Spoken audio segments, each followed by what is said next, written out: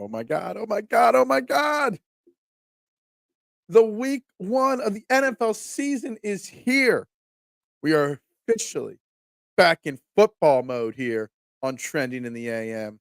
We're live, taking all your thoughts and opinions. My record prediction for the Eagles plus Phillies with a massive win against, or series win against the Braves this weekend. Trending in the AM. We are live on Edge of Philly Sports. 60 seconds.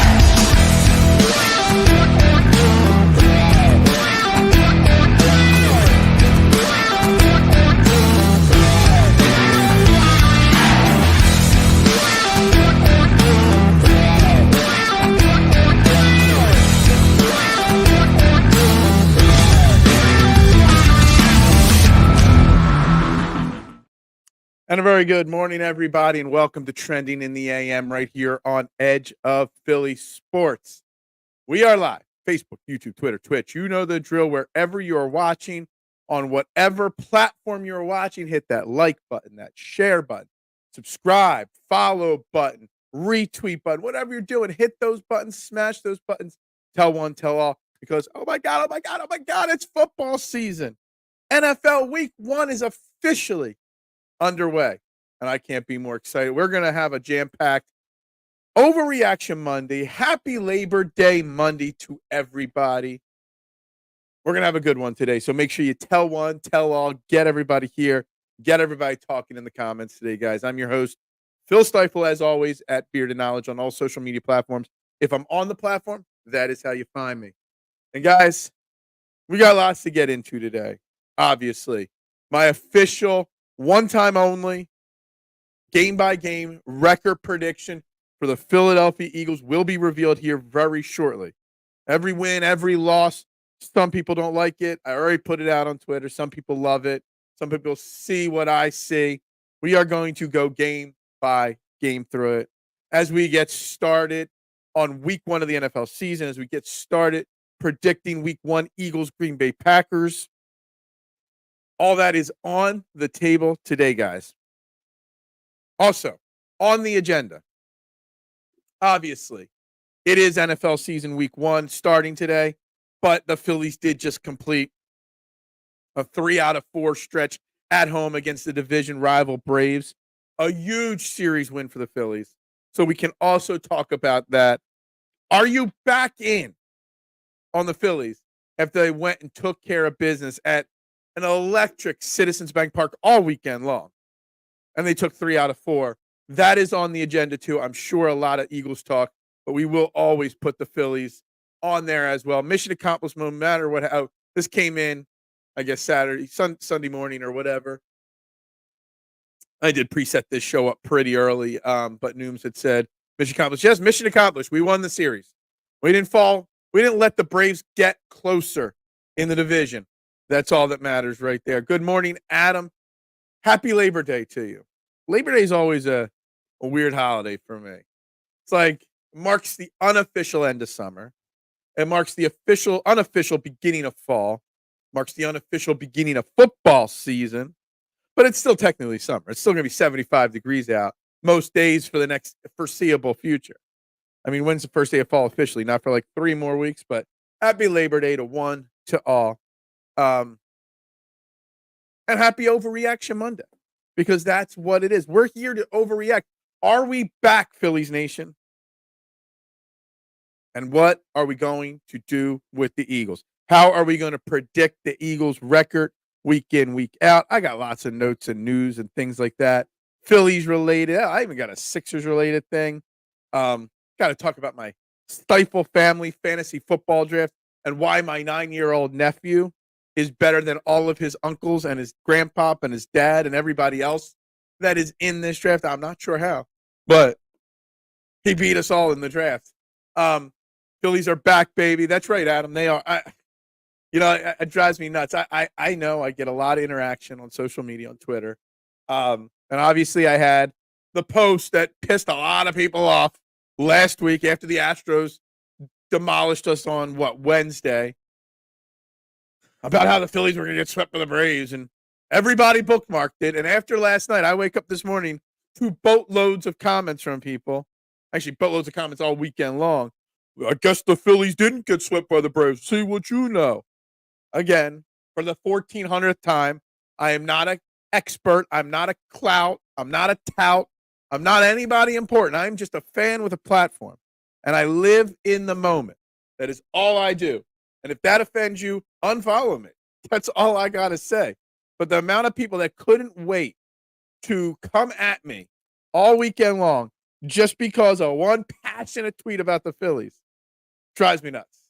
And I know that on anything I tweet, even remotely controversial, even my Eagles game-by-game record prediction. You know how many bookmarks are on it? Because people bookmark tweets. They can't wait to prove you wrong. It's like instead of interacting with people on social media about sports and debating, they just want to save it. They want to save those receipts and say, see, you were wrong. You said they were going to go 11-6 and they went 12-5. You don't know nothing. Whatever. It's just the way it is. It's the way it is. So let me see what we got here. Let me see how I'm going to share this screen real quick here because I am going to put up my Eagles record prediction for the year up on the screen here. Give me a second. I got to get the right boxes clicked there and there. That's where the producer would come into effect. All right, guys. So like I said, I only do one record prediction a year. I don't do multiple of them. I don't change it. I don't do this or that. One prediction. That's it. This is my Eagles win by win. Now, we already did on Friday my win-loss record for everybody across the NFL. So, everybody kind of already knew I was going in that route of 11-6 for the Eagles, but nobody knew the how or the why I was getting to 11-6. So that's what this here is going to do. We're going to go for it game by game, week by week, and dissect why I think that the Eagles are going to win 11 games, where they're going to lose their 6 games. And I know some of them are a little iffy. Like there's some that could go either way. But you got to remember, every single year there's games that the Eagles win that they shouldn't. And there's games that the Eagles lose that they shouldn't. So it's never really, a perfect science predicting these wins and losses. I got them winning 13 games this year. They will be good this year. If they win 13 games, Adam, that puts them with the best record in football because I don't think anybody is a 13-win team this year in the NFL. I don't think there's a single 15-win team. I really do not. I think there's going to be a lot more parity in the NFL this year than most years.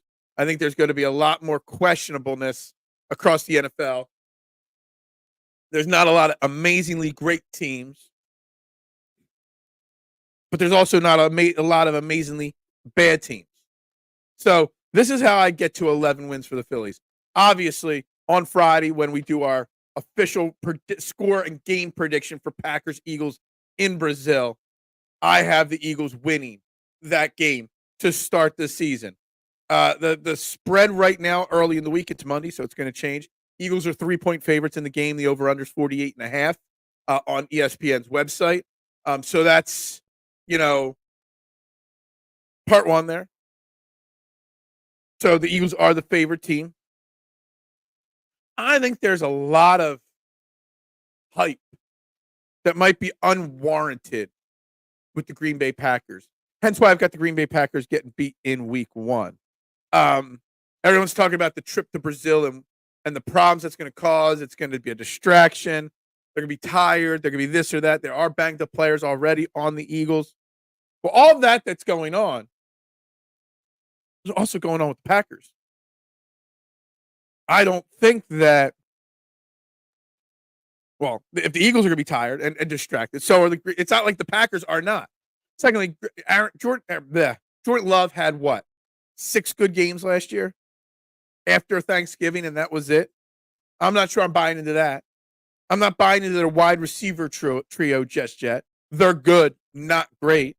Their defense is not great, can give up a lot of points. So I think the Eagles go in to Brazil, which are leaving on Wednesday. They're going to practice today. They're going to travel on Wednesday.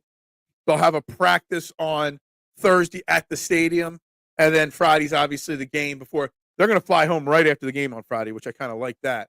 So I've got them winning week 1. And I already knew somebody, and Adam's the only one commenting so far. It's Labor Day. Everybody's sleeping in on Labor Day. I'm still up with you people. I don't think they're losing to the Falcons and Kirk Cousins. Yes, I've got the Eagles losing to Kirk Cousins and the Falcons. Law of averages. Eventually, Kirk Cousins is going to win a Monday Night Football game. Eventually, he's going to get some revenge since the Eagles have beaten him so many times in big moments. The Falcons, like the Packers, have a lot of hype. It's a Monday Night Football game. I get all that. But for some reason, the hangover of playing after Brazil, I don't think there's going to be a lag or a hangover of playing in Brazil. I think the hangover or lag from playing in Brazil affects them week 2. And I still have concerns with our defense. And you got Bijan Robinson, Kyle Pitts, great wide receivers. I know Kirk Cousins is what he is. And people don't like that prediction, but that's where I'm at with that one. Right there. What do we got? Phillies play the Braves today. Who's pitching? They played the Braves yesterday. They're off today, the Phillies. There is no Phillies game today, but they did take 3 out of 4, John, from the Braves to prove me wrong, to make me convinced that the Phillies are back, and they are back. Yes, it's Kirk Cousins, not Kirk Cousins. Yeah, it's not Kurt Cobain. It's Kirk Cousins. Yeah, Kirk Cousins will choke. Has there been a quarterback in the NFL that has made more money than Kirk Cousins and been as average as Kirk Cousins has been? Let's be honest. I mean, Kirk Cousins, he's a fantasy stud. You know, he puts up a lot of fantasy points. He puts up a lot of shallow, hollow stats. He's made the playoffs a few times in his career, but always comes up big or comes up small in the big moments. I get it. I don't know. There are a lot of people. I don't think the Falcons are great. There's a lot of people that think the Falcons are going to be a really sleeper good team this year. I don't think the Eagles get beat by Kirk Cousins. I think the Eagles beat themselves, kind of like how the Phillies fell apart a little bit after the London series from that situation. Eagles get a few extra days off, and they get a few days off. But you got to think about it, they're going to be exhausted. I mean, 9.5 hours. I mean, I know Jordan Mailata said this weekend that 9.5, 10-hour flight, that's nothing. When he has to go back to Australia, that's a long flight. I get it. But not many players in the NFL are Jordan Mailata and know what 20-hour flights are like. But I think coming off that flight, coming off all that, I know they get it till Monday, but I don't know. I'm a little concerned. I could flip-flop that. And a lot of people commented on this post that I should have the Eagles losing to Green Bay and beating Atlanta. And I could see that. I think the Eagles are going to be 1-1 after the first 2 weeks. Hence, you can see I got them going 2-2 after the first 4 weeks. I think it's going to take some time for the Eagles to adjust to the new offense. I think it's going to take time for the Eagles to adjust to the new defense. The young players on the defense, let's be honest, it's a very young defense, very inexperienced defense. There are going to be some hiccups early on, and I think a 2-2 start to the season is very, very viable. We'll continue through these comments. Eagles, and I know I got my Eagles schedule up on the screen, but whatever you want to put up there, guys. Phillies went 8-5 over that tough 13-game stretch. This team has true character. Last night was a big character win. Saturday was a huge win. There were some big moments this weekend down at Citizens Bank Park, Rick. Nick Castellanos, see the MVP of this team over the last month and a half, 2 months? He's one of the most consistent hitters. I know he doesn't have an approach at the plate and his comments are pissing a lot of people off. I just go up there, see the ball, and hit the ball. And like he's got no approach. I know that's frustrating at times, but guys come up huge. Nola, Wheeler came up huge. I got some concerns about the Phillies. Not because of their play, but injuries. I concern Ranger Suarez isn't 100%. He did not look good the other night. Bryce Harper talking about how his wrist and elbow are bothering him and have for a while. That concerns me a little bit. Alec Bohm obviously has been hurt for a little while. That's a concern as well. Sam Bradford was worse. Did he take? I mean, obviously he was. They literally changed the draft rules financially and contract wise because of Sam Bradford and that awful contract. But did he get more big contracts after? How many? Like Kirk Cousins, this Falcons contract is going to put him near over $400 million in his career. Sam Bradford, what was his career earnings? I know it was $58 million or something like that, his rookie deal. Kirk Cousins does not win in night games. You got to think at some point he does. That maybe the Eagles crap the bed and give him one. Chase Daniels gets paid a lot. Chase Daniels, though, is different because Chase Daniels was never a starter. Chase Daniels is just a really smart man that's really good at being a third-string quarterback and getting paid. So I don't put Chase Daniels in the Kirk Cousins, Sam Bradford, Justin Herbert eventually, range as other people do. I just tip the cap to him for being smart and hanging around and getting paid to be a backup. Nick is a real baseball player. If no one gets him, that means they don't know what baseball really is. Look, Nick Castellanos, I don't know if he's a real baseball player, a fake baseball player, or what.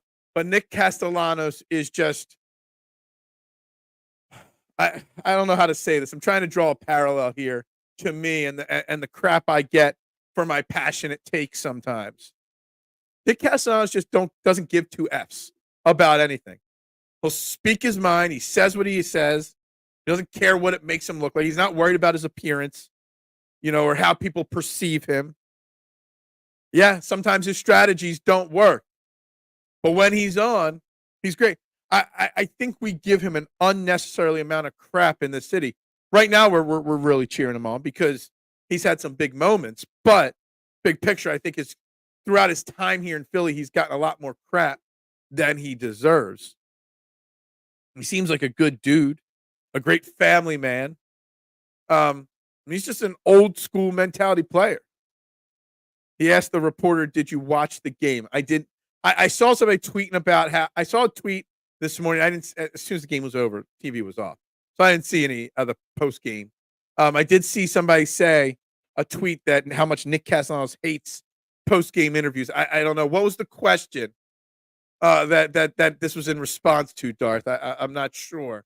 I just know that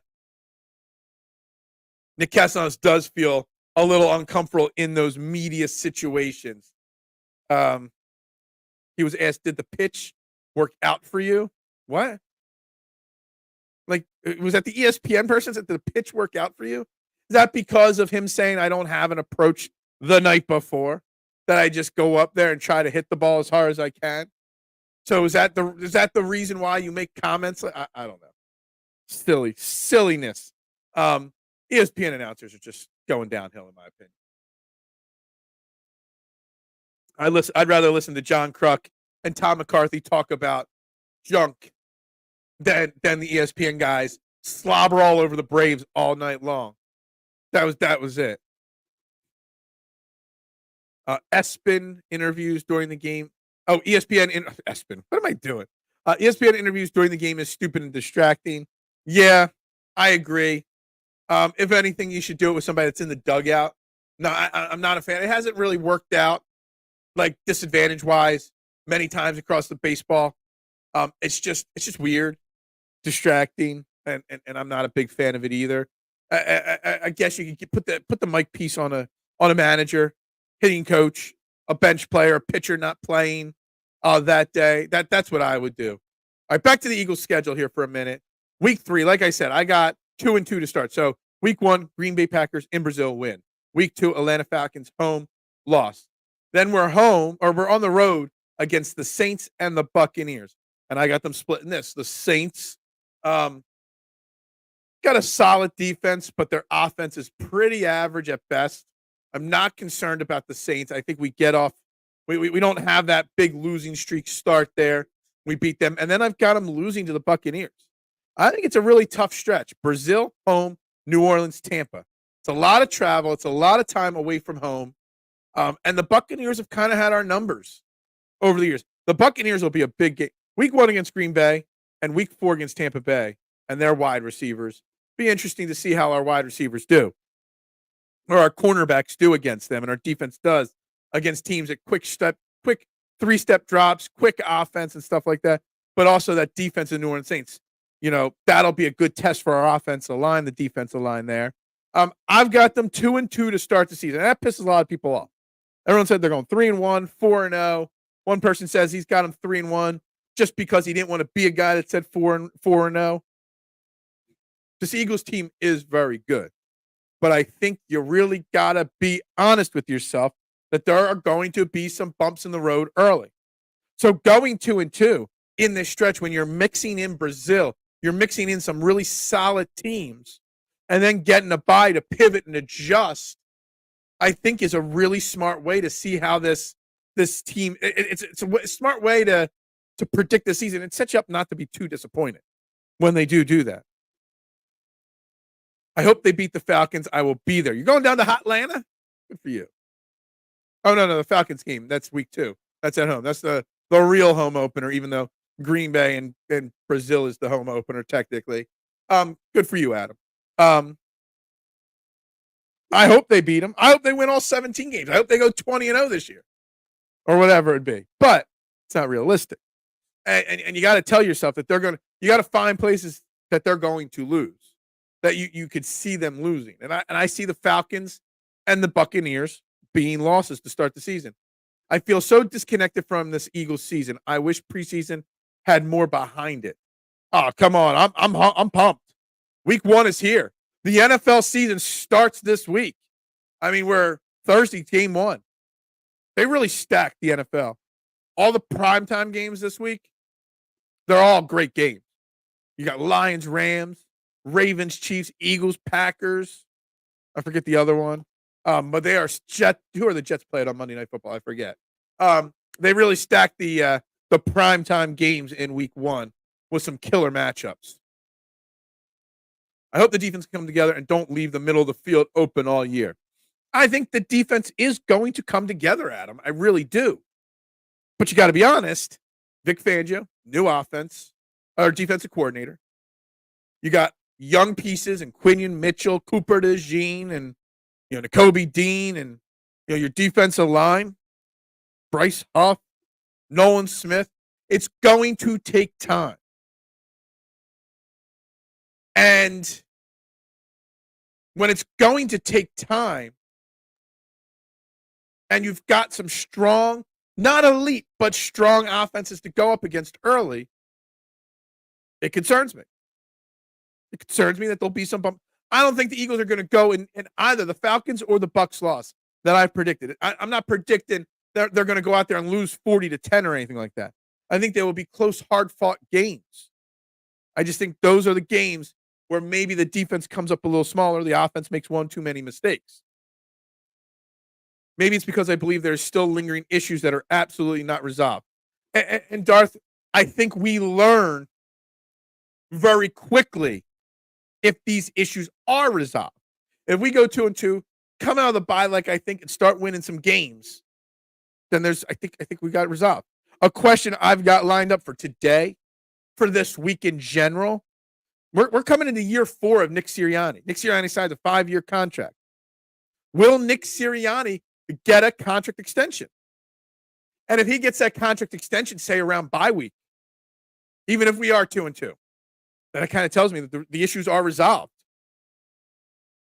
But if we go into the season, win 11 games and lose somewhere in the playoffs and don't win a Super Bowl, and we have week after week in the offseason like last year where we don't know what Nick Sirianni's doing. Nick Sirianni's not going to be a lame duck coach. I kind of forgot when we've talked about is Nick Sirianni going to be here long term or not. I always forget that this is the year that he earns his next contract. So I think these are resolved issues. I hope they are. But I think by week 4, 5, 6, we will know for sure if they are resolved. What's up, little G? Good morning to you, my man. The great one is K1. You are the great one, my man. I expect to see a much speedier offense. Speedier, sure, maybe. I expect to see a quicker offense with quicker plays developing. Obviously, more motion on the offense. My concerns, my issues that keep me from predicting a 14 or 13 win season where some are doing doesn't come with the offense, though, because I have a very strong, confident feeling on the Eagles' offense. My concerns come on defense, because while I've got hope and hype on a lot of players on the defense, hope and hype don't buy you anything. They got to actually perform. And I don't know whether they will perform or not. That is something we will learn over the next 4 weeks of games. That's just something that I see there. Something in between a Wildcat and a West Coast. I'm trying to figure that out. Between a Wildcat, I hate the Wildcat. The Wildcat and the West Coast. I think it's going to be something more West Coast-ish. Quick 3-step drops, 5-step drops. Go through your reads. Not every play will be shotgun. You'll see Jalen Hurts under center, old school play action. Obviously, Saquon Barkley and what we do with him is still kind of a curious thing at this point. So we'll see. We'll see what the offense looks like. But look, it's week 1. We're going to know what the offense is really going to look like in 5 freaking days, because the season starts in 5 freaking days. And I'm super excited. I can't see this morning. Who scores the first touchdown of the year? Well, someone on the Chiefs and Ravens will, because that game's first. But for the Eagles team, I don't know. I think they're going to try to get it to Saquon, to give Saquon that first touchdown right away. I wouldn't be shocked if it's a Jalen Hurts rush either for the first touchdown in Brazil. Hype the Brazilians up with Jalen Hurts, the man. I don't know. I'm not sure there. With CJGJ being back where he belongs, there's a lot of backfield issues being plugged up. Yeah, we've plugged the defense issues with Chauncey, with Quinion, linebacker Devin White, Zach Bond, maybe Nakobe Dean's taking a step forward, Bryce Huff. I know they've been plugged, but every single name you can mention that they've brought in here, I could give you a but to.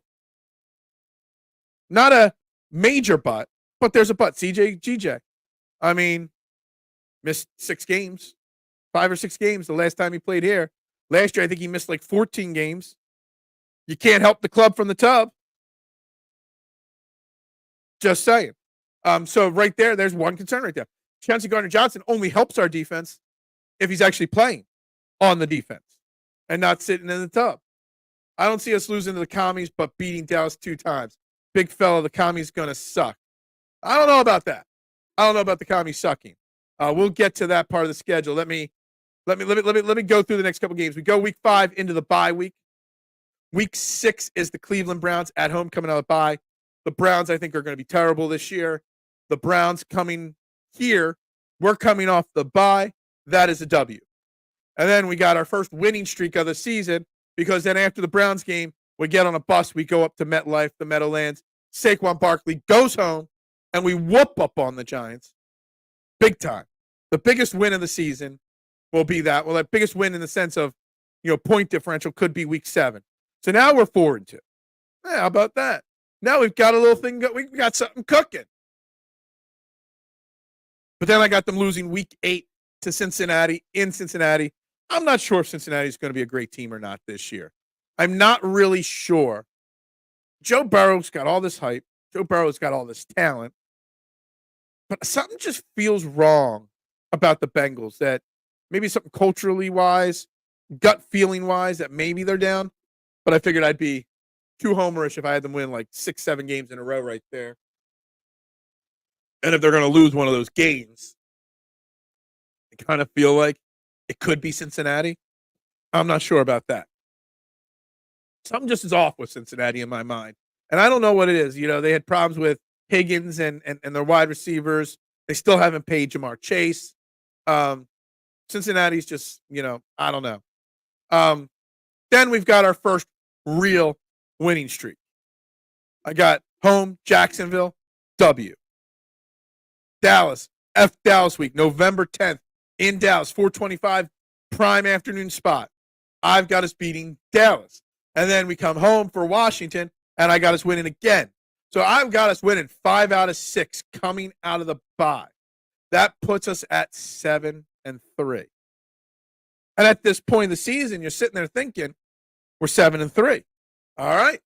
We've had some good wins against some good teams. We've had some tough losses. We're sitting pretty, right? And if we're 7-3 at that point, what's the narrative going to be about this Eagles team? What's the narrative going to be that this team is winning again?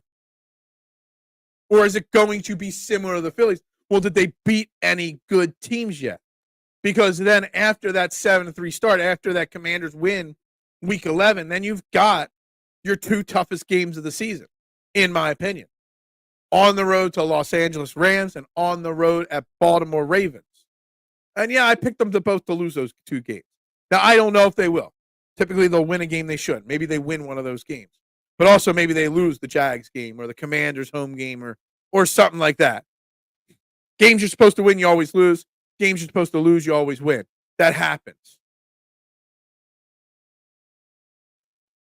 Missed the Saints 29. I wish. I wish I could be like that. I wish. But yeah, sure. That would be a hell of a story, right? If we're 7-3, the narrative will be fire Sirianni. Honestly, K1, depending on who those 3 losses are from, there is a chance that would be like that. Because fans will be up in arms if we're not 20-0, like Mister says. It'll be, some of those wins were ugly. Because honestly, outside the Giants game, I don't think any of our wins are going to be 40-10 wins or anything like that. There's going to be a lot of 28-24 games, a lot of 35-31 games, that kind of stuff. Maybe a 17-13 game mixed in there. Fans are not never happy enough. And the media knows this. So the media drives the narrative, which scares the fans. Oh. And it's this big cycle with the media. It is what it is. But it's hard to predict that the Eagles can beat the Rams on the road. I do think the Rams are a very good team. I think they're a very severely underlooked team. Cooper Kupp's healthy. Matthew Stafford's still got something left in the tank. Team's a very good team. I think I had them at 10 wins this year. The Ravens are a Super Bowl contender. So it's not hard to predict them losing that game on the road. Bus trip to Baltimore could be a horror story in multiple ways. But after that Rams road game, if you look at the rest of the schedule, the Baltimore, it's just a bus trip. Carolina home, Steelers home. Commanders, just a bus trip. Dallas home, Giants home.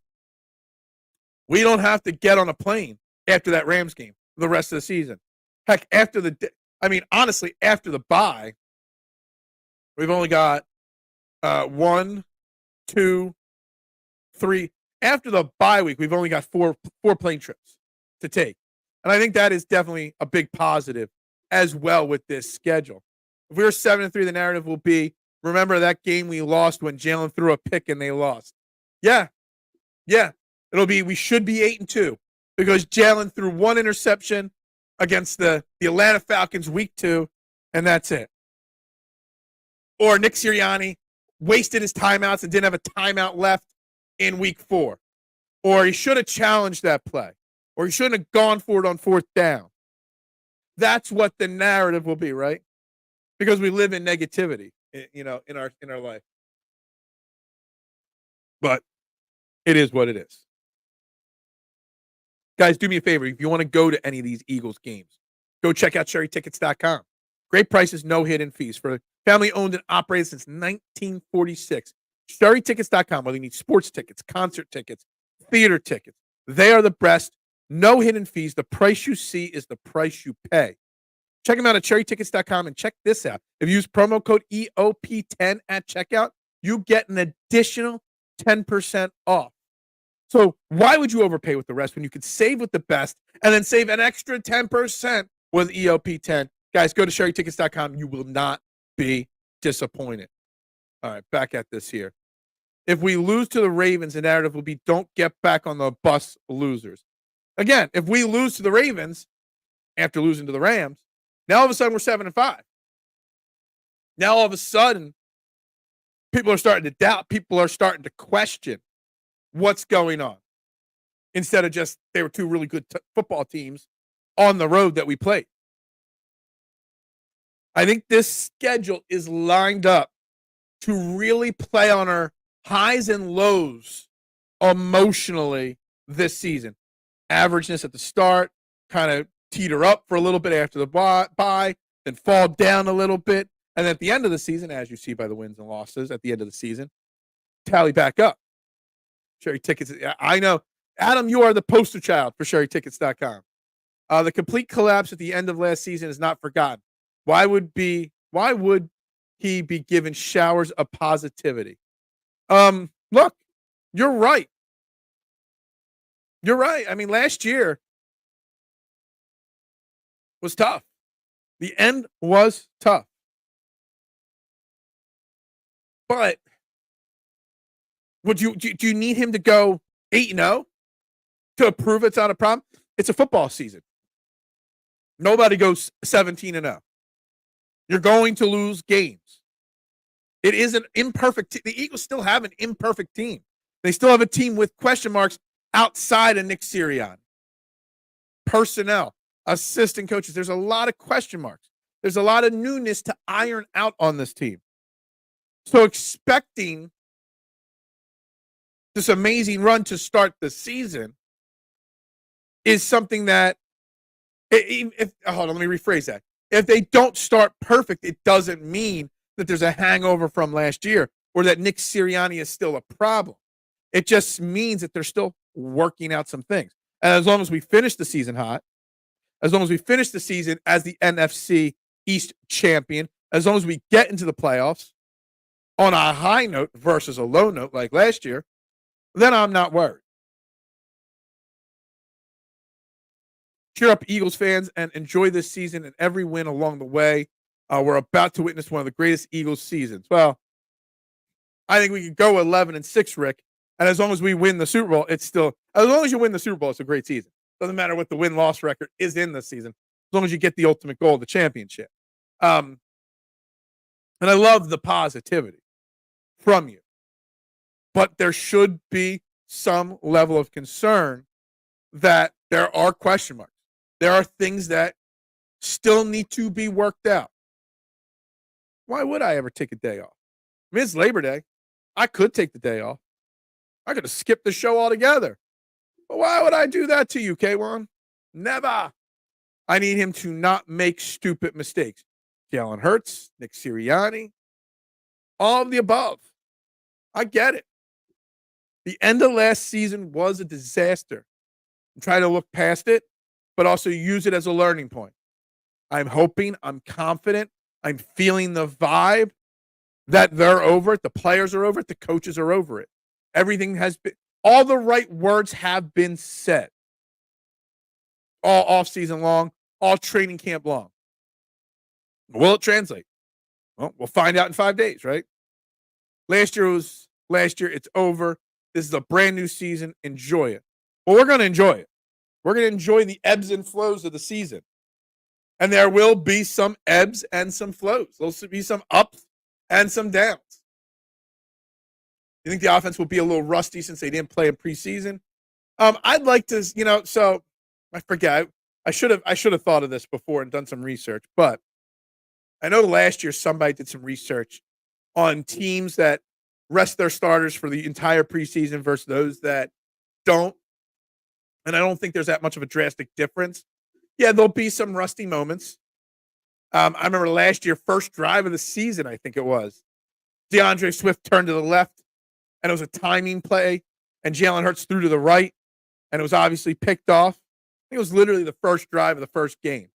So there's a little bit of miscommunication there and all. We should have taken that right there as the note that the season wasn't going to go well.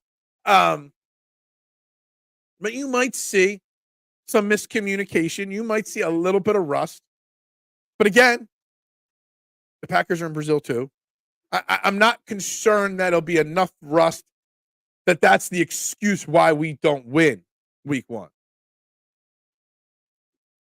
For low, I'm going for $5K each. Get your tickets now before. Yeah, exactly. Get your tickets now and then resell them for double, right? Does Nick and Jalen ever really trust each other? Huge question mark. I think they've come to an understanding. I think they've come to an agreement. I think they understand one can't succeed without the other. You don't got to like each other. You don't have to have them over for Christmas dinner. You don't got to buy them a birthday present. But you still got to do something. You got to work together.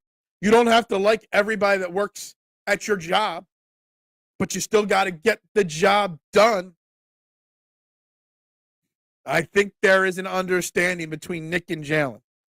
And I think the trust issue was never a problem. Maybe there was a little communication issue, but I don't know if it was a complete lack of trust. Maybe just a different idea on how things were done. If you keep looking for negative, you're going to find negative, but luckily the inverse is true as well. Look for positive, and positive things will happen.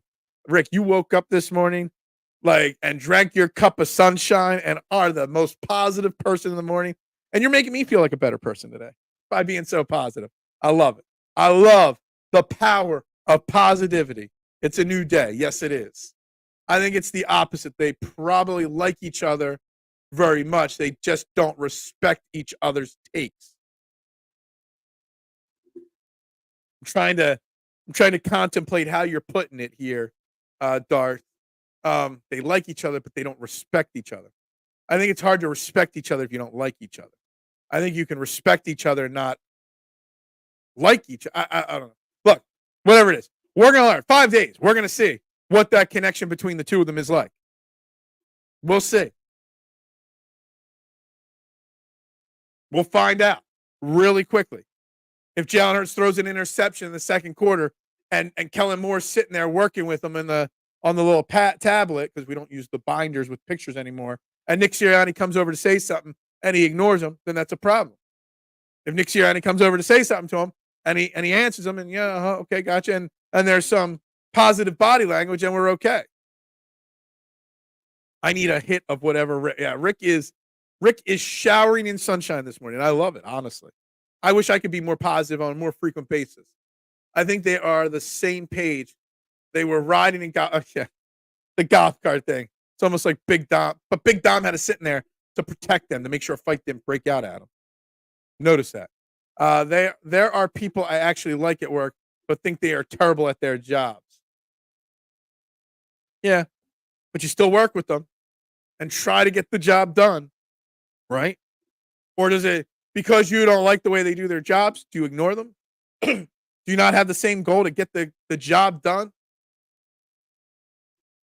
It's like Don Corleone and Hyman Roth. Yeah, exactly.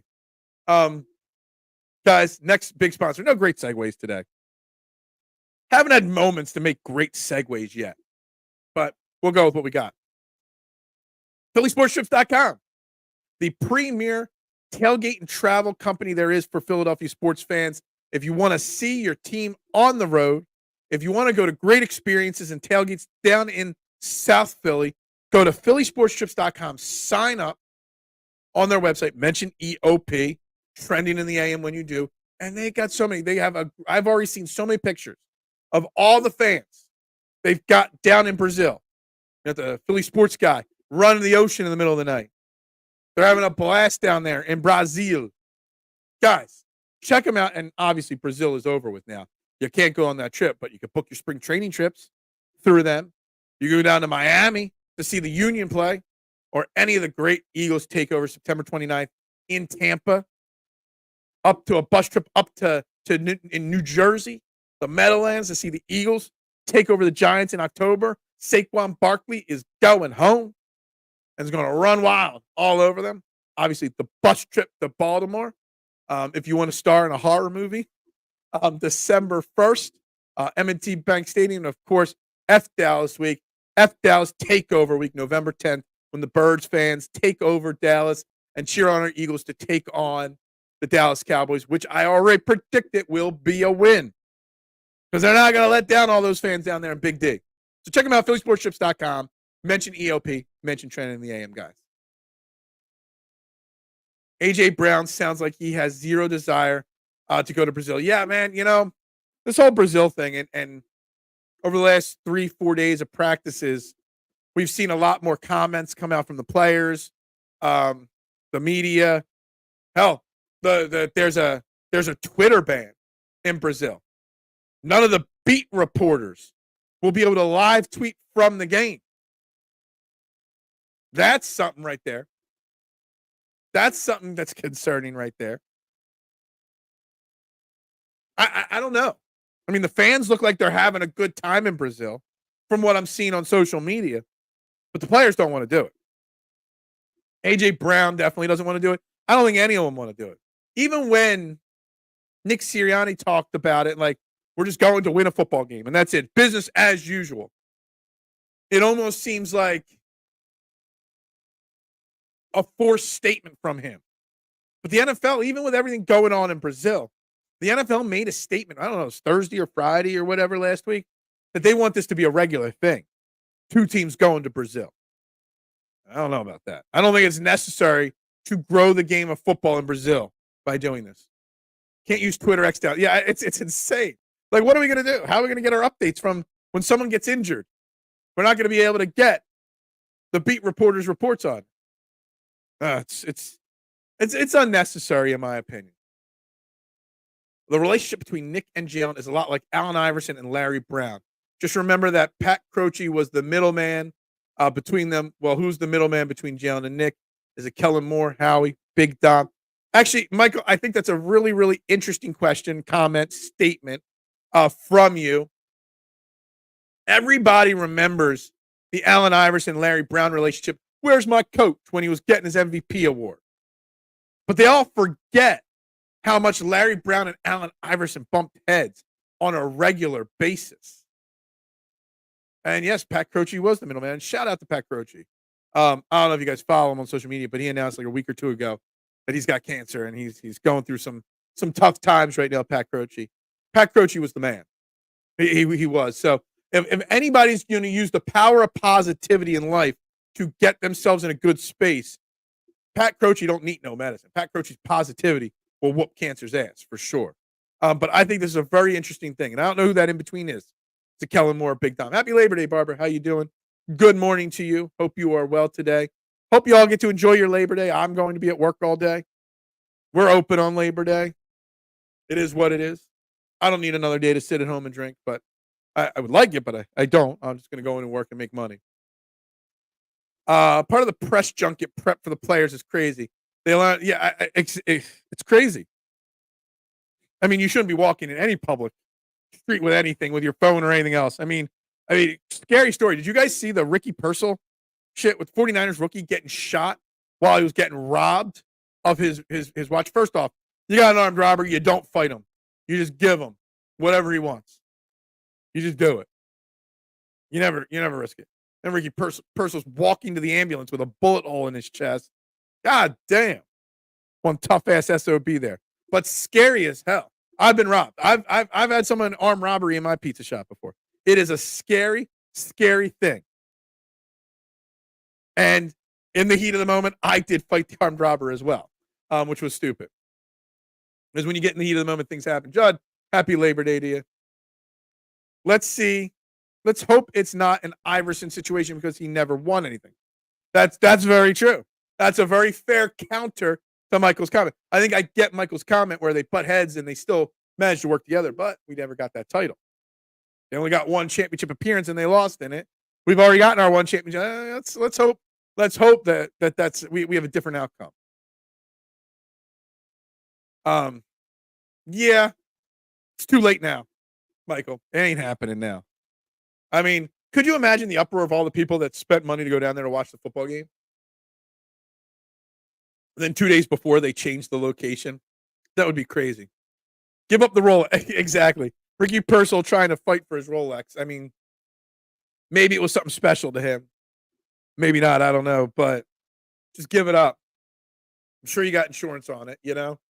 Just give it up. Life ain't worth a Rolex. At least mine ain't. Yeah, I mean, I don't understand the point of it. Like Brazil, like I know you're trying to make the football international, bigger, but when's enough's enough? I mean, football already makes billions upon billions of dollars. The net worth of the NFL, you could buy a small nation, hell, probably a medium-sized nation with their net worth. But yet they keep trying to go to all these different cities and countries and places, and I don't know. Is there even an interest in Brazil for football? I mean, I know there's a lot of transplants from other countries that leave in Brazil. I was reading something. It was Japan, and I forget what other country. Japanese people aren't huge football fans. I don't know. I don't really get it. Don't go for the gun, whatever you do. Yeah, don't ever go for the weapon. That's just asking for trouble.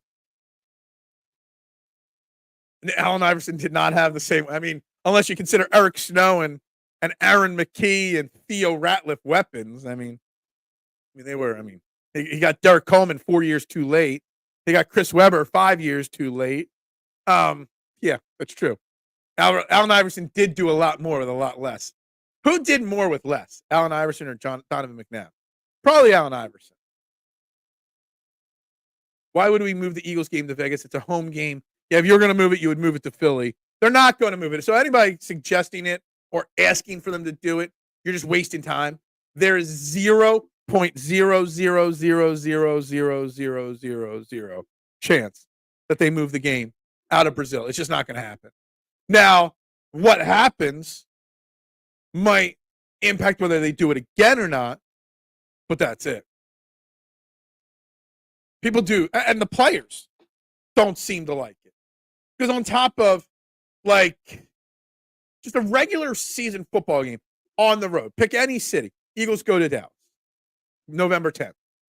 You fly to Dallas, you get to your hotel, you do your walkthrough, you show up to the stadium. It's all business, right?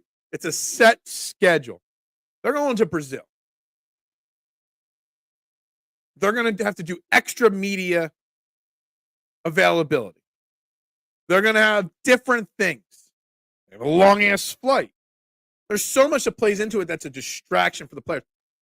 Athletes, players of all sports, they like structure and routine, getting ready for matches, games. Golfers like a certain routine. Baseball players like their routine. There's certain routines to it. And the Brazil situation is just throwing it all off. And they don't like it. The fans don't like it. The players don't like it. It just doesn't make sense. I do love a Friday night football game. I've been asking for Friday night lights for football for a long time.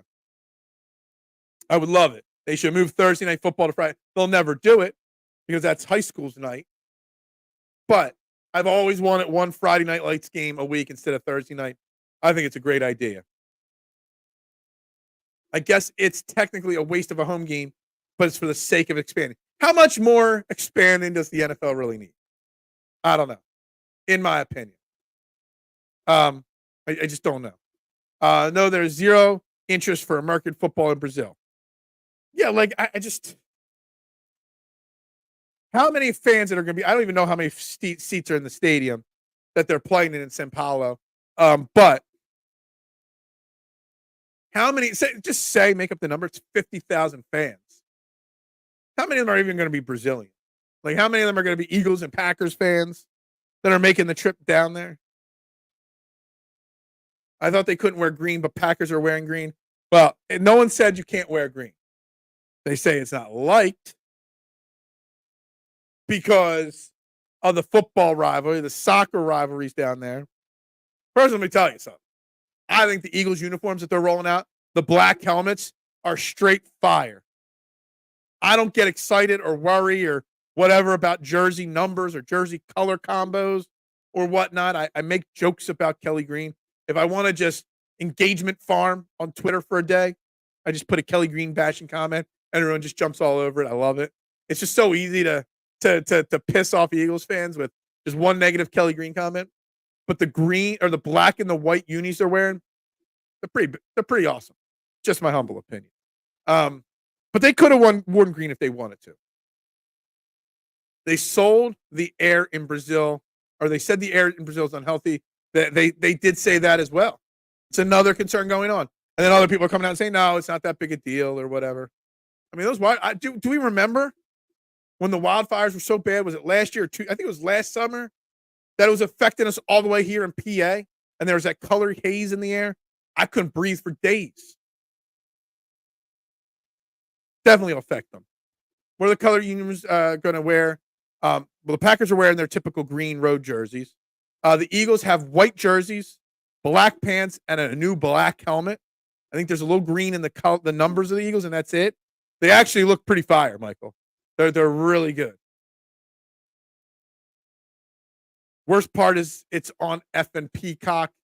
Is it on Peacock everywhere or locally? I think it might be on NBC. K1. I think locally in Green Bay and Philadelphia, it's not just on Peacock. I'm not positive on that. It's kind of like when a game's on Amazon Prime. If it's the local market, they put it on Fox. I think the Peacock game is only everywhere outside of Philly and Green Bay. I could be wrong. I mean, I do have Peacock and I will watch it on Peacock, but yeah. They even have wildfires over there to make it work. Yeah. Yeah. What's 110K? Darth, what are we talking about there? I'm not sure. What's 110K? We don't have 110K likes or subscribers or anything like that. I have Peacock, but they say the game is on. Yeah, I would assume locally it'll be on 10.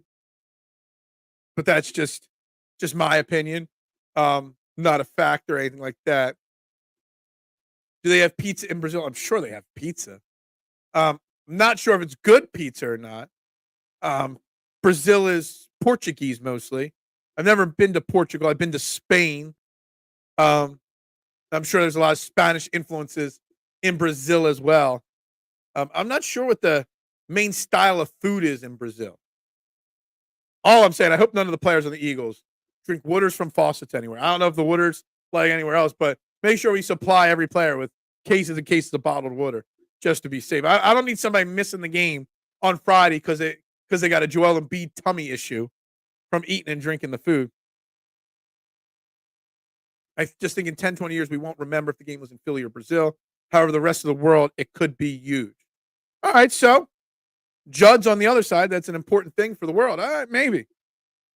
What countries would we like to see NFL games in? Obviously, we get a lot of games in Italy or in London. We get a game in Germany occasionally. Mexico occasionally. Is there anywhere else we'd want to see a game? I don't know. Maybe Italy. I don't know what other countries are the biggest for the NFL. 47,252 seats. Thank you, statistician Adam Cease for that. Seats in the Brazil stadium. All right, so out of 47,000 fans, how many of them are going to be Eagles? How many are going to be Packers? And how many of them are just going to be rando Brazilians wanting to check out NFL football for the first time? Capacity is 68 for special events. Well, all right, so we're getting mixed messages here. James Jones, what's up? I think it's Peacock exclusive. So some of us are saying NBC 10. Some of us are saying just Peacock. We'll find out. I will make sure I find out and get the answer for tomorrow. Well, actually, there will be a show tomorrow, but we have a special fill-in guest tomorrow. I do have my monthly Amazon order tomorrow morning. So I will not be here tomorrow morning, but we do have a sub. I tag in a tag team partner. So you'll get somebody else's opinion on all this stuff tomorrow. I will be back Wednesday with all the information. And Wednesday, I've already got the idea for where we're going to go with the show. Eagles Packers related as we build up to Friday's show. For those that are new, Mondays are always overreacting to the weekend games. Tuesday, Wednesday, and Thursday, we talk football. Friday, we predict the Eagles game. We go game by game and predict every NFL game for the weekend. Fantasy football questions galore. Gambling opinions galore. So much during NFL season on this show for anybody new that, since I've joined the EOP, don't know my in-season schedule. We pack this show during the season. Yeah, I don't think you need to, K1. If you live in the Philadelphia area, I think you should be fine on NBC 10. And if not, Stream East. Google it. It's an online site. There's a slight lag. There's a lot of pop-ups, but it does work. The main style food in Brazil is Brazilian food. Well, what is Brazilian food? What kind of stuff? Judd's got your back. NFL plus YouTube TV. Peacock. What? I'm sorry. Happy Labor Day, Duck. How you doing this morning? We are having a good Labor Day. I got to get to work still today, though. Thank Judd, but I don't want to run afoul of all. Yeah. K1 of all people. Yeah. K1. You don't want to run but if you do and you get in trouble, I was going to say we weren't going to have any segues, but if you steal a password and you get in trouble, just call David R. Cherry of the Cherry Law Firm. Workers' compensation, motor vehicle accidents, personal injury, criminal law. He's the best lawyer in the state of Pennsylvania. Why don't you call the best? Steal the password. If you get caught, you call David R. Cherry at 610-565-0300 or go to cherryinjurylaw.com. He'll fight for you, get you what you deserve, and get you out of trouble. Again, David R. Cherry, 610-565-0300 or go to cherryinjurylaw.com. I kind of felt like that was a good segue there. The bones were there. Roger Goodell equals not well thought out. Yeah. Something like that. Same to you. Yeah. Happy Labor Day to everybody. The very best NBA players right now aren't American. Their global expansion has resulted in a better product. That's the bottom line. So big picture, 20 years down the line, because we're expanding, we'll get more international athletes wanting to play football. Maybe that helps the expansion that they want to do, because every league always wants to expand to more teams. Maybe there's something to it, Duck or Judd. Another great show, Phil. Cheers. Thank you very much. I appreciate it. You are the man, Rick. I appreciate it. Society has evolved. At least it's not America's team in Brazil. No, they're not. They haven't been America's team for a long time. The Dallas Cowboys, but yep. So we're getting mixed reactions, but I'm pretty sure I fall on the side that we will get the game on NBC 10, and you don't have to worry about it. Just so you know, all the cherry bombs, we'll just power through them all. The segue was there. I don't think the flow was perfect. I was a little off on the perfection there. I don't know. It didn't feel it was there, but it wasn't smooth. Are you just saying that nobody in Brazil will root for Packers? Is that what it is? 10 out of 10. I kind of felt like it could have been a 10 out of 10, and it just wasn't.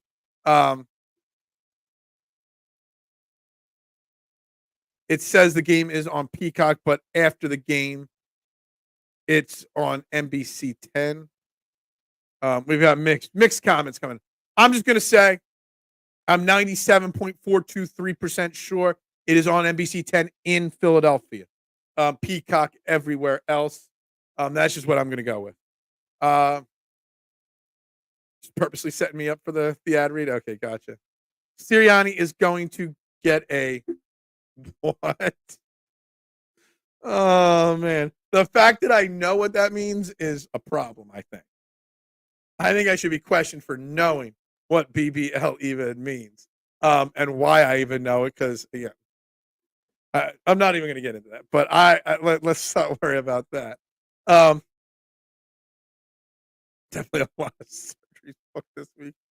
Oh my goodness gracious! Cowboys have never been America's team. It was made up by them and pushed by the NFL to give them a marketing thing.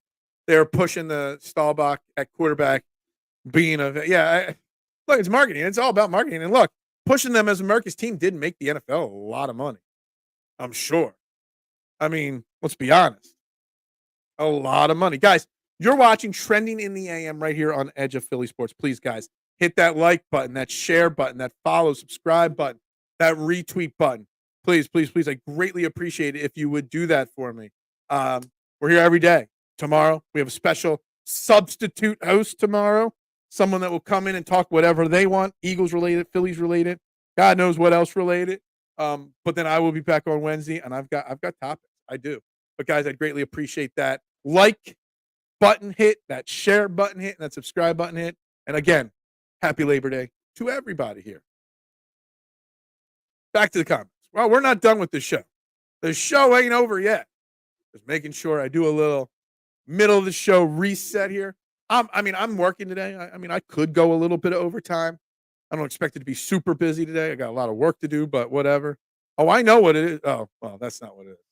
That is not what it is. But the game is on Channel 10 live. Just checked. Barbara just checked. There we go. We've got it. It said Philly local for y'all. Rest will have to watch exclusive. Yeah. See, I think the other times when they do Peacock games, they don't do that. But I think this one they did. Yeah. Where's my pizza shop? It is in Kennett Square, PA, a couple miles south of Longwood Gardens, mushroom capital of the world, Fox's Pizza Den. I'll be there today, 11 o'clock. I'll get there about 10:30 today. I'll be there till 8. We might have closed, but we've got tomorrow morning nearly 200 pizzas to make early in the morning tomorrow for Amazon. So I've got to prep all the dough for that for tomorrow. So if I got to be in there for hours today, I might as well take orders all day long as well. Plus, every other restaurant closes on Labor Day. So we might as well be there and try to make some money. So why not? Confirmed NBC. Yeah. So we've got multiple confirmations. I didn't say he was the host tomorrow, but maybe he is. Thank you very much, Adam. Adam's a good supporter of Fox's Pizza. They've had Peacock exclusive games. They have. It's just not this one that they're doing it in. You would be one of those people, wouldn't you? That's right. Yeah, it's a pain in the ass, but the check is nice when you get payment on it. My alarm's already set for 5 a.m. tomorrow. I'll get up. I'll be at the shop at 6 a.m. tomorrow. Because on top of that, I also have another catering order to a doctor's office. So I've got buco amount of food to make. All of it's got to be done by like 10:15 tomorrow morning. So we'll probably close the shop early. So no one come visit me tomorrow. Jason Lee, Big Al Zafiri. I will close the shop early tomorrow night. Okay, because I am not being there all day after I have to be in at the shop at 6 a.m. I'm too old for that shit. I'm good no matter what my plans have. Peacock and NFL Plus added. Gotcha. Gotcha on that. Amazon, hey, don't start a union. Here's a pizza. Look, they feed their workers. And I will gladly take their money. I normally give Amazon a lot of money. I'll gladly take some of their money from them. That has Baker's wrist written all over. My wrists are shot. My wrists are completely shot already. I've been working at pizza shops since I was 14 nooms. I'm 43. Outside of like a 2-year stretch, I've always been in the kitchen and always in a pizza shop. So yeah, no. Yeah, I saw that. Yeah. Bill never runs out of toppings. Yeah. That's a little inside joke, but yeah. Nice reference to Lethal Weapon. For Amazon Prime game, they show on Twitch for free. I didn't know that. I don't even know if I have a Twitch account or not. You should offer a Prime delivery. If you're late, they're not Prime members. What? I don't even know really that kind of stuff. Anyway, guys. What are we talking about here? We got about 20 minutes left. Eagles, week 1. Here's my schedule. I didn't even finish the last few games of the schedule. After the losses on the road to the Rams and Ravens, I do have them going 4-5, beating the Panthers and Steelers at home. Yes, I have them losing to the Commanders on the road. I do think someone said it earlier that the Commanders aren't going to be good. They're going to suck. I think the Commanders are going to be a really good team this year. Not great. They're not a playoff team, but I think they're an 8 or 9 win team, the Commanders, and I think we lose that game. And then we close out the season with 2 wins against the Cowboys and Giants. Yes, I have us sweeping the Cowboys. Shocking, crazy, not likely, but I do. So I have us going 11-6, second seed in the NFC East, or in the NFC East champions. And yes, of course, I'm at a homer, and I'm going to predict a Super Bowl victory for the Eagles. But I think we are a good team, and I think an 11-6 season doesn't sound great. But I think it's good enough. It's good enough to have some positivity going into the playoffs. Why not? The Commanders are an improved team. Stop. Okay, yeah. James, are you a Commanders fan? I guess you're a Commanders fan. We always play y'all hard. Yeah, I mean, Washington Eagles games are always tough. Most of the time, they're not blowouts. I think Washington is following the blueprint of the Texans, build a great team and have a rookie quarterback. Now, I don't have the same faith in Jalen Daniels as others do to match, what C.J. Stroud did last year. But I think the Commanders have a lot of talent on offense and defense. They got a solid new coach that's going to instill some discipline. They're going to win 8 or 9 games. I do hate rookie quarterbacks. I do. I don't like teams that have hope, and the Washington Commanders are trying to sell hope to their fan base this year specifically, and I hate teams that sell hope on rookie quarterbacks. I think when you have a rookie quarterback, you've got to set expectations to a certain level. But look, we're trying, but we're going to hit our bumps in the road because of our rookie quarterback, but hope to build upon it. That's what they should do. Chiefs versus Ravens game one. You want me to give away a Thursday prediction on Monday morning, Adam?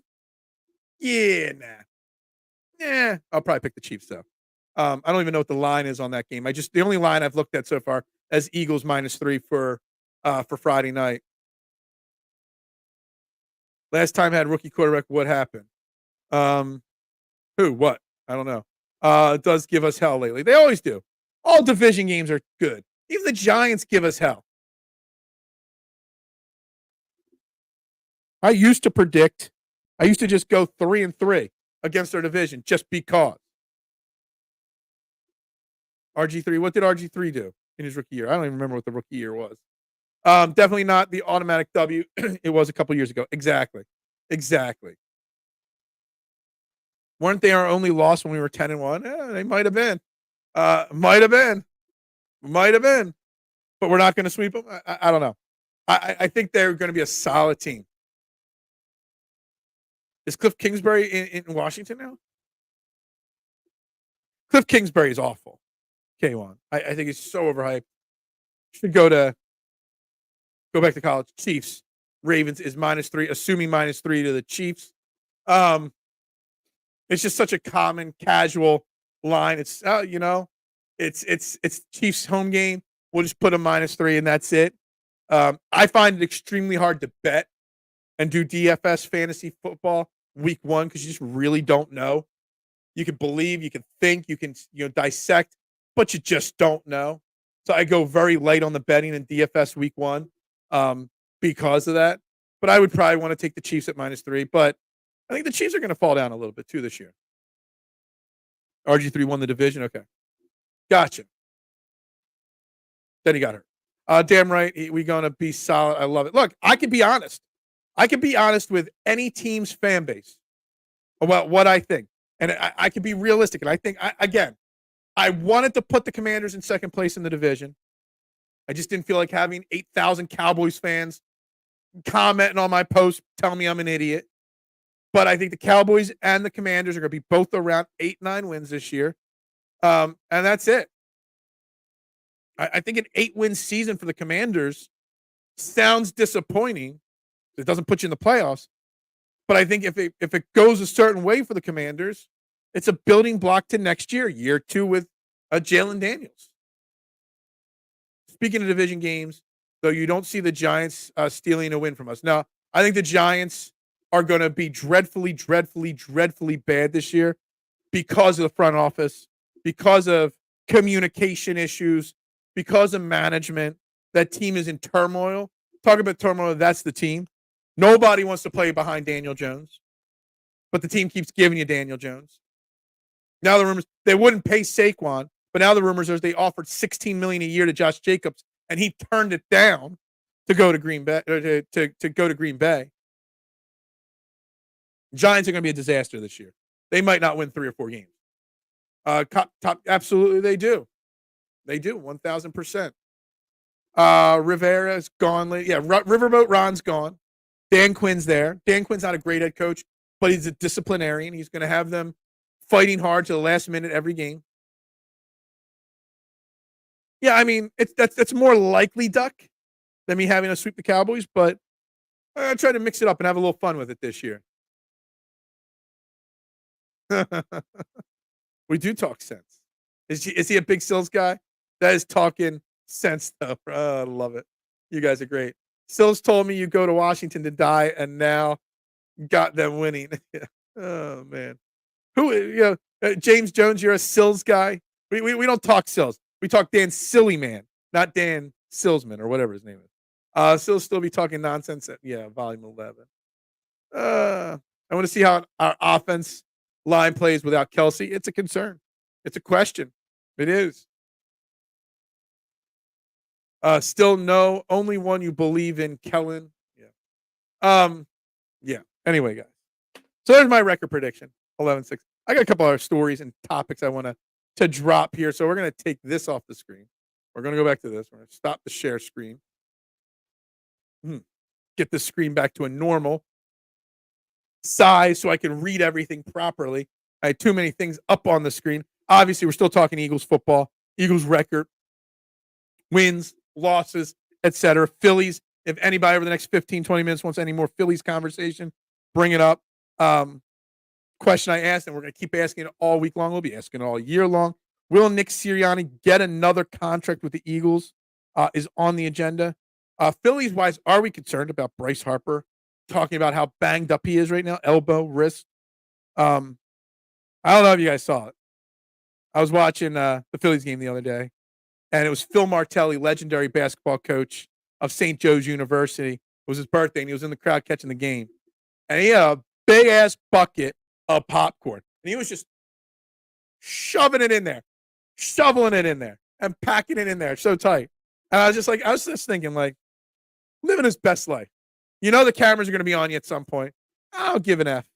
I'm going to shovel pot. It's my birthday. I'm 78 years old. I want a big bucket of popcorn. I'm going to enjoy the big bucket of popcorn. Fantastic. And I love it. I love to see it. Yeah, we make fun of Stan Silly Man on this show all the time. Nick Wright is an idiot. Got Cowboys winning the East and Washington second. Yeah. Well, it's not. His name's Nick Wrong. Not Nick Wright. He's an idiot. Hey, but you know what? More power to him. His idiot takes, his idiot commentary makes him a lot of money. Basically, I'm saying I'd sell out for the right price. Oh Lord, now he's talking Phil's again. I'm not. I'm bringing lots of topics to the table. And if you don't think it's funny, Phil Martelli shoveling buckets of popcorn in his mouth on live TV, I don't know what to tell you. Los Angeles, here we go. What? It's going to be easier for NFL quarterbacks. Quarterback hard to play with cocks in your face. I don't know if to laugh at it or not. Something else I wanted to talk about. And I don't know if you guys saw this. There was a story that started circulating. It was one of those touching, feely moment kind of stories. And it's a baseball story, yes. It's not a Phillies story. It's a baseball story. I don't know if you guys remember Tim Wakefield. He was a pitcher for the Red Sox, mainly the Red Sox. Knuckleballer. He passed away in 2023. Cancer. Tumor. And then a couple months later, his wife also died. And they've got a young daughter. They had a young daughter or whatever. Jason Varitek, the catcher of the Boston Red Sox, who was Tim Wakefield's teammate for a long time, the captain. One of those guys that just, commanded a locker room and led a team. And a video was of him helping his daughter, Tim Wakefield's daughter, get off to college. And the story about how he's taken her in as a surrogate father figure now. And it was just something that when I read the article, and I'm not a Red Sox fan at all by any means, it kind of tugged at my strings a little bit. It was kind of cool. It was kind of good. So I just wanted to put that out there. That if you haven't seen it, go read the story of what Jason Varitek is doing for Tim Wakefield's kid. It'll really put a tear in your eye. It really will. Really good dude. Schilling handled that situation with such grace. Yeah. Anyway, so let me see. I got another shared screen I want to get into on something else, but give me a second to find it. There it is. That's page 1, page 2. All right. So that's page 3. What is this? Oh, yeah, because he doesn't have Hurts. Yeah, all right, gotcha. All right, so this weekend, Saturday night, was the Stiefel family fantasy football draft, basically led by my nephew Connor, who is 9 years old, um, his dad, his grandpa, bunch of his uncles, et cetera, et cetera.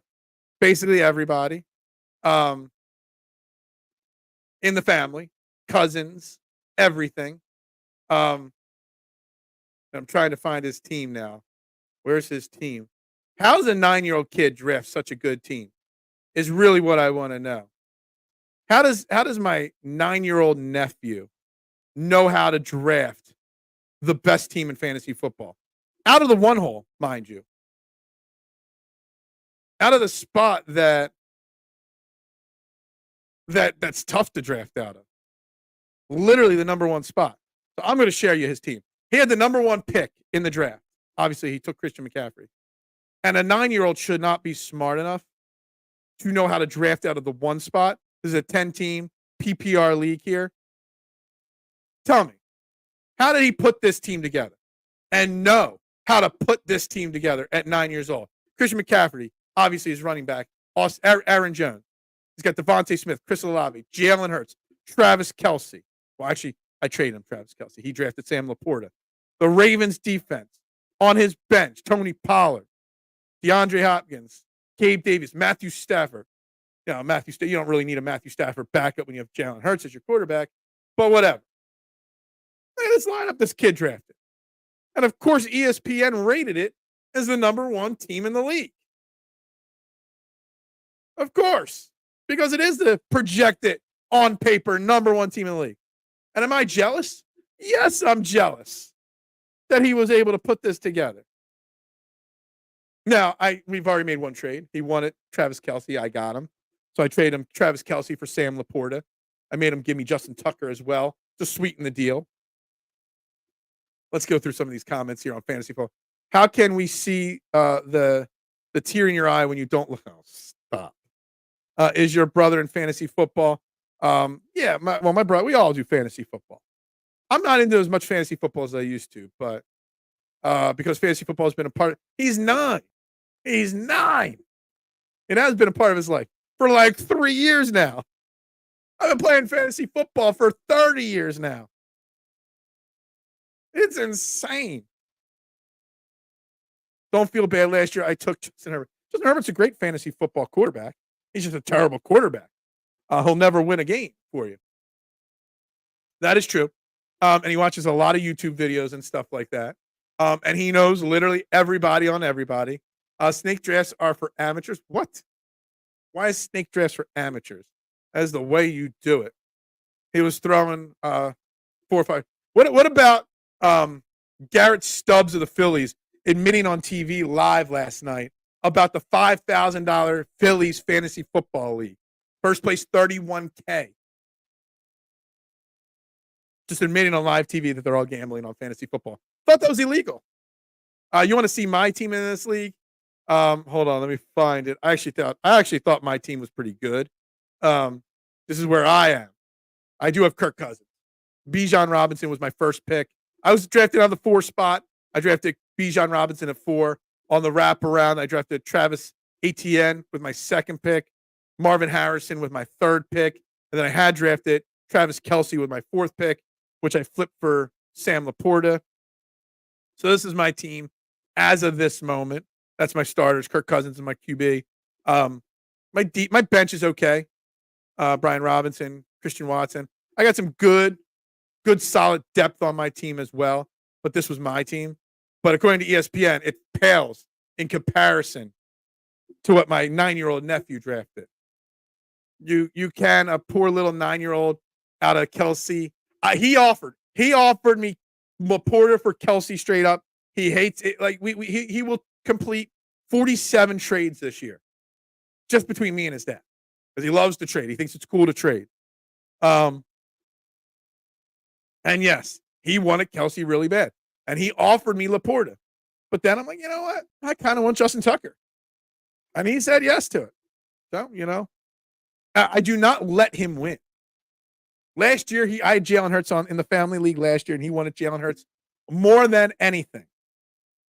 And I made him send me 47 different proposals. So I finally got enough of his, good players to get it. I don't let him win. I don't just get – this is a common conversation between me and my brother, his dad. He sends me a trade, Jalen Hurts for, Kenny Gainwell. Well, do I accept it just to be nice to him or no?